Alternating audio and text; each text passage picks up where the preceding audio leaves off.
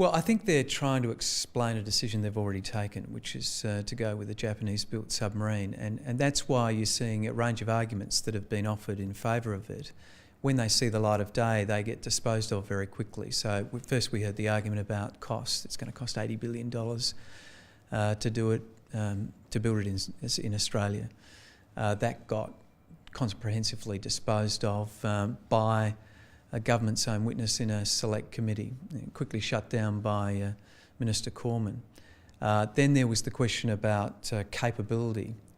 Australian workers weren't up to it. Remember, couldn't build a canoe. Well, that's quickly been put aside. And in fact, we have evidence of us being able to build the most sophisticated craft and equipment here in our nation. The Anzac frigate was a great success. There's plenty of examples of us being able to do complicated things with great expertise.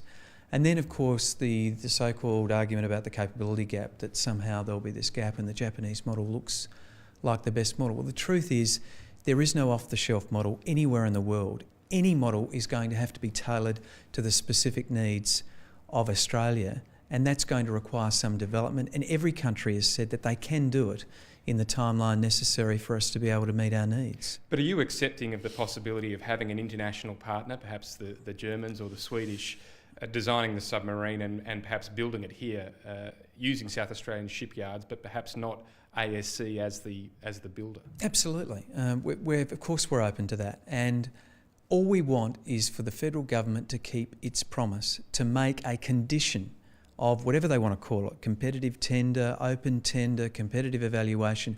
The one condition that must exist is that this is built in Australia.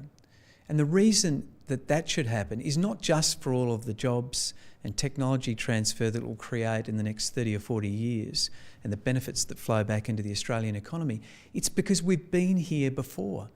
This decision was taken after the Falklands War, when the UK manufacturers of the Oberon class could no longer support the Australian submarines. It rendered them unoperational. What that meant from that point onwards is that Australian decision makers, coalition Labor government, ever since that point said we need our own local submarine building capability. That's been the point from that point onwards. There's nothing changed, and there'll be nothing that changes in the next 30 or 40 years that will make that any less important. The international situation can change at a blink of an eye. We need to have our own sovereign defence capability. Is there a chance, though, that the federal government has run out of time? It makes the point that the previous government didn't move fast enough to make decisions, and that Australia is facing a capability gap between the end of the current Collins-class submarine and the future submarines. Well, there is no doubt that they're going to have to get cracking, but all the advice we have from the international bidders is that they can meet the timelines to actually get to an extended Collins life so that they can be there when we need that capability. And the Japanese model doesn't get us there any quicker.